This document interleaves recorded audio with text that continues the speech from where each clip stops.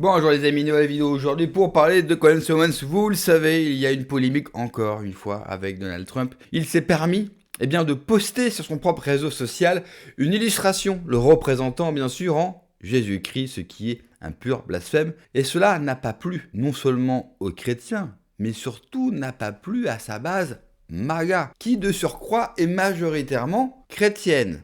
Tout comme Colin Owens, et elle a tenu à prendre la parole, vous allez voir, elle ne va pas le louper. Mais juste avant de l'écouter, comme d'habitude, n'oubliez pas de vous abonner, le pouce, le commentaire, le partage, le boost de la vidéo. Je remercie tous ceux qui me soutiennent, tous les donateurs sur Tipeee, et puis tous ceux qui m'ont rejoint sur Patreon. On l'écoute et on en parle juste après. Trump est très clairement sous influence démoniaque. Je pense que Paula White lui a probablement jeté une sorte de sort. Je veux dire, il est entouré, ironiquement, exactement de ce dont il m'accuse, moi, Meghan et Tucker, parce que nous appelons à la paix. Nous appelons à la paix. Et lui, il dit que ces gens sont des cinglés. Et puis, il a des gens comme Laura Loomer, qui a été placée de force sous surveillance psychiatrique 50 et 1,50, comme sa conseillère numéro 1.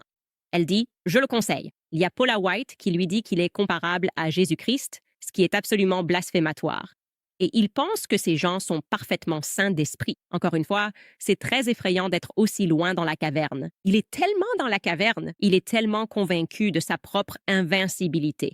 C'est complètement délirant qu'il ait été profondément bouleversé par le fait que le pape lui dise la vérité. Du point de vue catholique, c'est une guerre injuste, parce que c'est le cas, évidemment. On ne peut pas simplement décider qu'on veut prendre des choses à l'Iran, ou plutôt ne pas décider, mais que Bibi te dise que tu vas prendre des choses à l'Iran, et ensuite tu le fais et tu mets des vies américaines en danger. C'est injuste. Même honnêtement, si on enlève le catholicisme, c'est tout simplement injuste en général. Ce que vous faites au Moyen-Orient est moralement méprisable. Et oublions le fait que tu es allé à l'encontre de chacune de tes promesses trahies. Ta base, tu as trahi les gens qui étaient là pour essayer d'obtenir des voix pour toi, tu as trahi Charlie Kirk, tu as trahi Megyn Kelly, tu as trahi Tucker Carlson, tu m'as trahi. Je m'en fiche complètement, tu sais. Je suis très heureux de mourir avec mon âme intacte. Et maintenant, il s'en prend carrément au pape, il s'en prend au pape. Voici ce qu'il a dit sur X. Et son excuse est incroyable. Il a dit « Le pape Léon est faible face au crime. Ce n'est pas un tweet. On ne parle pas d'Hillary Clinton, d'accord? Il parle du pape. Il ne se présente pas contre le pape. Le pape Léon est faible face au crime, terrible pour la politique étrangère. Il parle de la peur suscitée par l'administration Trump, mais ne mentionne pas la peur qu'ont éprouvée l'Église catholique et toutes les autres organisations chrétiennes pendant la pandémie de COVID. Quoi? Lorsqu'ils arrêtaient des prêtres, des pasteurs et tous les autres, pourquoi parlerait-il de ça? Cela n'est pas le cas actuellement. Quoi? Il veut qu'il monte dans une machine à remonter le temps et qu'il parle de ce qui se passe en 2021. D'accord. Il poursuit. J'aime beaucoup plus son frère, Louis, que lui. Oh, d'accord. Parce que Louis est totalement MAGA. Lui, il comprend, mais Léo, non. Je ne veux pas d'un pape qui pense qu'il est acceptable que l'Iran ait une arme nucléaire depuis 25 ans, selon Bibi Netanyahou. Je ne veux pas d'un pape qui trouve terrible que l'Amérique ait attaqué le Venezuela, un pays qui envoyait d'énormes quantités de drogue aux États-Unis. Et pire encore, qui vidait ses prisons, y compris des meurtriers, des trafiquants de drogue et des tueurs, dans notre pays. Et je ne veux pas d'un pape qui critique le président des États-Unis, parce que je fais exactement ce pourquoi j'ai été élu à une écrasante majorité, atteindre des chiffres records de baisse de la criminalité et créer le plus grand marché boursier de l'histoire. Léo devrait être reconnaissant parce que, comme tout le monde le sait, il a été une surprise totale. Il ne figurait sur aucune liste pour devenir pape, et il n'a été placé là que par l'Église parce qu'il n'était pas américain, et il pensait que ce serait la meilleure façon de gérer le président Donald J. À toutes. Si je n'étais pas à la Maison-Blanche, Léo ne serait pas au Vatican. Pardon? Écoutez, je ne suis pas là pour faire semblant d'être théologien ni d'être catholique depuis longtemps, mais est-ce vraiment ce qui se passe au conclave? Les cardinaux arrivent-ils et se disent « Oh, eh bien, on allait faire notre truc, mais en fait, ce qui compte vraiment, c'est que Trump est président. On veut s'assurer qu'on pourra gérer Trump. Alors, on va juste choisir quelqu'un de Chicago. Ça semble être la bonne chose à faire parce qu'il y a une Trump Tower à Chicago. » C'est vraiment ce qu'ils pensent qui s'est passé. Qu'il y avait tous ces cardinaux qui arrivaient. et que c'était la discussion pendant que les gens attendaient la fumée blanche dehors, que c'est ce qui se passait à l'intérieur. On ne peut pas être aussi narcissique, n'est-ce pas? N'est-ce pas? Je crois qu'il l'est. Je crois que c'est ce que Laura Loomer lui a dit. Je pense que c'est ça.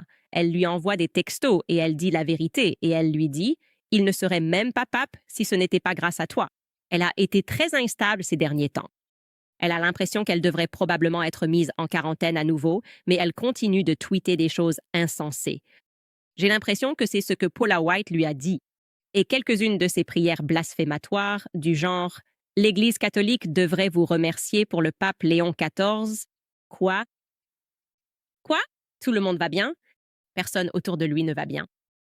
Et j'en ris, mais je veux être claire. Il est vraiment, et je ne dis pas ça pour en rajouter. Je ne dis pas ça pour faire du spectacle. Il est réellement sous influence démoniaque. On le voit dans les prières.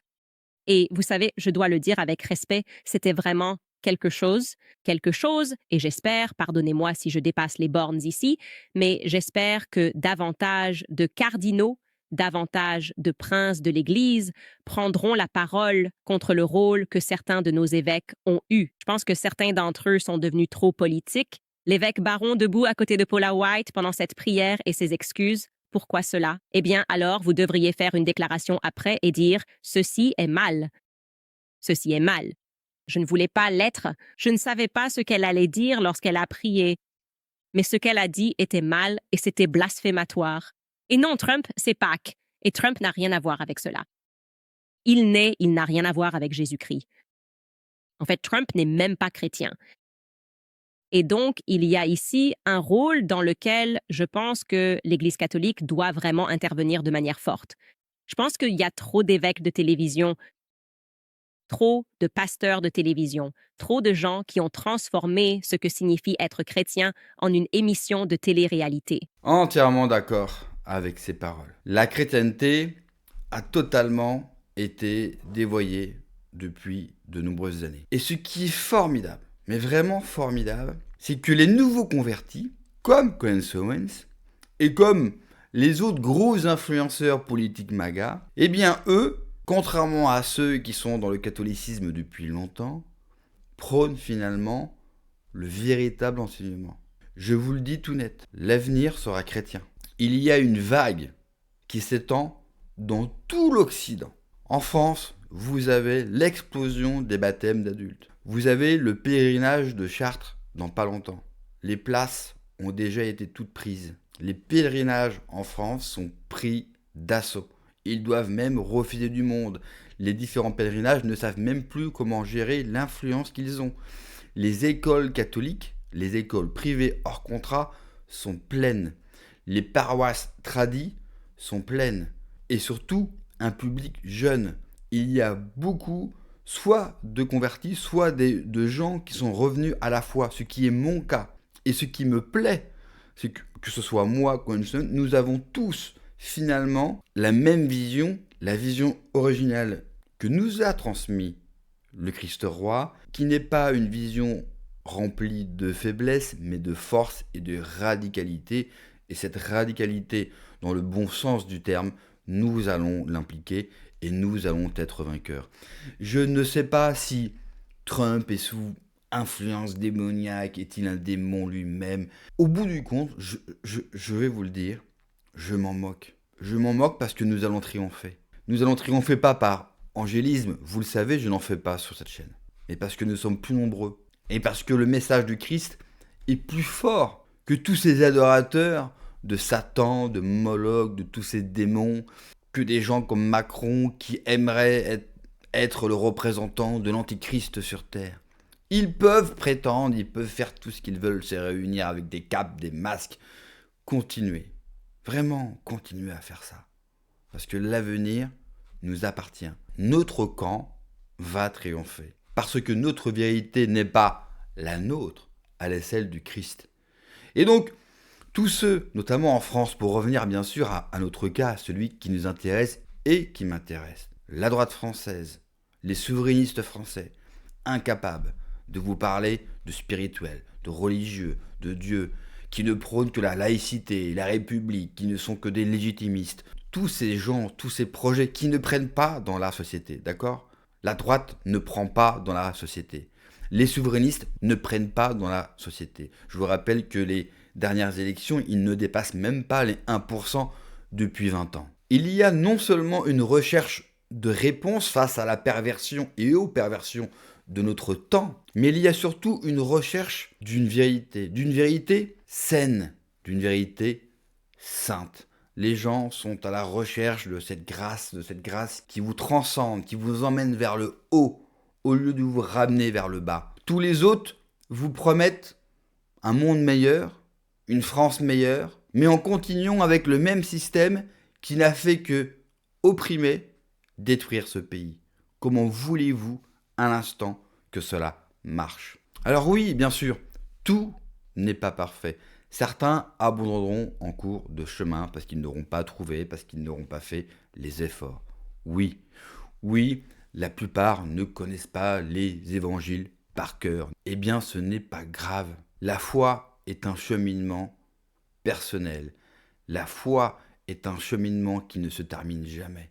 Parce que l'enseignement du Christ nous pousse tous les jours à nous interroger sur ce que nous sommes, sur ce que nous faisons. Et peu importe les crises économiques, les guerres, les conflits faits par tous ces fanatiques religieux qui n'ont d'ailleurs rien de religieux, les évangéliques ou les autres communautés, laissez-les faire, car au final, l'Occident et une grande part de l'humanité reviendra au seul enseignement qui prône non seulement la paix et la liberté pour tous les hommes. Merci d'avoir regardé la vidéo les amis, n'oubliez pas comme d'habitude de vous abonner, le pouce, le commentaire, le partage, le boost de la vidéo. Prenez soin de vous, que Dieu vous protège, allez ciao.